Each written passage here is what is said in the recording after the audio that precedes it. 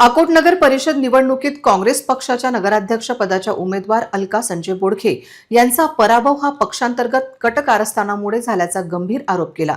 महाराष्ट्र प्रदेश काँग्रेस कमिटीचे उपाध्यक्ष हिदायत पटेल यांच्यावर तात्काळ शिस्तभंगाची कारवाई करावी अशी मागणी त्यांनी काँग्रेसच्या वरिष्ठ नेतृत्वाकडे लेखी निवेदनाद्वारे केली आहे। 13 नोव्हेंबर 2025 रोजी महाराष्ट्र प्रदेश काँग्रेस कमिटीचे नगराध्यक्ष पदासाठी आपली अधिकृत उमेदवारी जाहीर केल्यानंतर हिदायत पटेल यांनी उघडपणे नाराजी व्यक्त केली होती। पक्षाने उमेदवारी कायम ठेवली असतानाही त्यांनी 5-6 दिवस त्रास देत केवळ औपचारिक पाठिंबा दर्शवल्याचा आरोप अलका बोडखे यांनी केला आहे। नगरसेवक पदाच्या एकूण 35 उमेदवारांपैकी केवळ 7 जागांवरच पक्षनिष्ठ उमेदवार देण्यात आल्याचा आरोप करत आपल्या समाजाचे अकोट शहरात 7500 पेक्षा अधिक मतदार असतानाही एकाही जागेवर प्रतिनिधित्व मिळू दिले नसल्याचे त्यांनी नमूद केले। उलट भाजपने त्या समाजातील नगराध्यक्ष पदासह 5 नगरसेवक उमेदवार दिल्याने काँग्रेसचे मोठे नुकसान झाल्याचा दावा करण्यात आला आहे। शिवसेना, उद्धव बाळासाहेब ठाकरे व प्रहार संघटना काँग्रेससोबत आघाडी करण्यास तयार असतानाही हिदायत पटेल यांनी जाणीवपूर्वक आघाडी टाळल्याने 2 ते 3 हजार मतांचे नुकसान झाल्याचेही निवेदनात नमूद आहे। तसेच प्रभाग क्रमांक 1, 2, 3, 6, 7 व 9 मध्ये मुद्दाम कमकुवत उमेदवार देऊन काँग्रेसचा दारुण पराभव उडवून आल्याचा आरोप करण्यात आला आहे। मुस्लिम बहुल प्रभागांमध्ये काँग्रेसच्या 15 उमेदवारांनंतरही केवळ सुमारे 3000 मते मिळाल्याने हा ऐतिहासिक अपयश असल्याचे सांगत ही मते जाणीवपूर्वक MIM कडे वळवण्यात आल्याचा आरोप करण्यात आला आहे।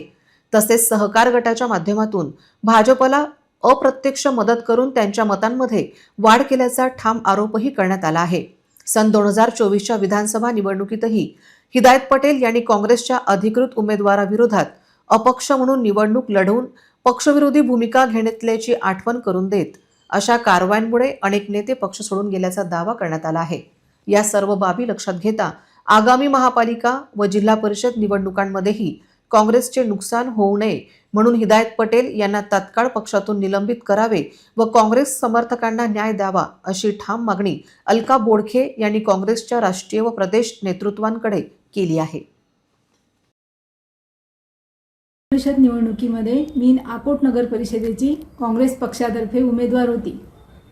या निवडणुकीत श्री हिदायत पटेल उपाध्यक्ष महाराष्ट्र प्रदेश काँग्रेस कमिटी यांनी सोबत असल्याचा देखावा करून नगरसेवक पदाकरता काँग्रेसजवळ सक्षम उमेदवार मागील टर्ममधील नगरसेवक असताना त्यांना उमेदवारी दिली नाही। माझा जनाधार कमी करण्याच्या दृष्टीहेतूने श्री पटेल यांनी मुद्दाम कमजोर उमेदवारांना उमेदवारी दिली।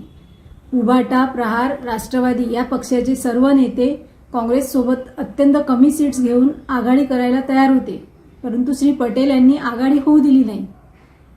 श्री हिदायत पटेल यांनी इतिहासात नेहमीच काँग्रेस पक्षाच्या विरोधात काम केले आहे।